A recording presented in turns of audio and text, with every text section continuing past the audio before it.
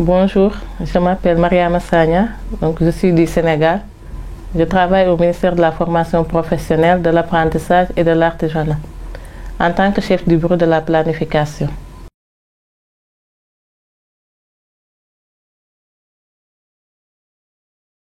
Donc, du point de vue de l'équité, donc, la politique qui concerne à mettre en place les réseaux d'éducation prioritaires, donc REP, et les REP+, donc m'a beaucoup plus marqué durant notre voyage d'études.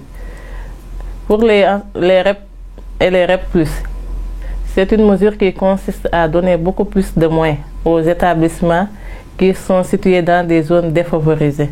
Donc le plus souvent, c'est des zones où il y a beaucoup plus d'immigrés, donc les parents, où le taux de chômage est élevé. Donc les parents n'ont pas assez de moyens de financer l'éducation de leurs enfants. Donc l'État met beaucoup plus de moyens en termes de matériel, en termes d'enseignants donc dans ces zones, donc pour améliorer la performance des enfants issus de ces zones. Durant cette visite, on a eu à visiter une école maternelle donc qui fait partie de ces zones, donc c'est l'école Jacqueline. On a vu qu'ils ont un projet d'établissement. Et ce projet d'établissement est surtout orienté pour des stratégies qui sont locales.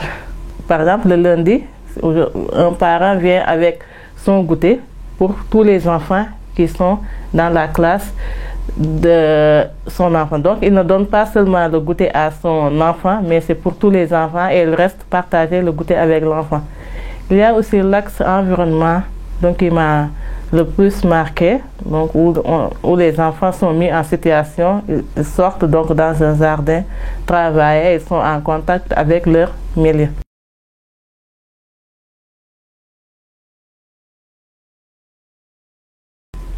Oui, pour mon pays, surtout pour les REP, donc c'est un exemple, donc c'est une expérience que je vais partager avec les autorités de mon pays une fois au retour. Parce que nous, on n'a pas cette façon de répartir nos ressources.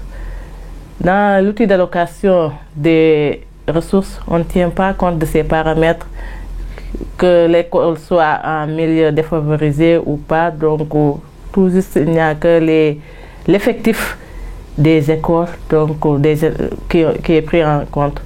Et je pense qu'il est bien de tenir compte de ces facteurs donc, pour des mesures d'équité, améliorer aussi les performances des enfants qui sont dans des zones où les parents n'ont pas assez de moyens pour subvenir à leur scolarisation de manière beaucoup plus efficiente.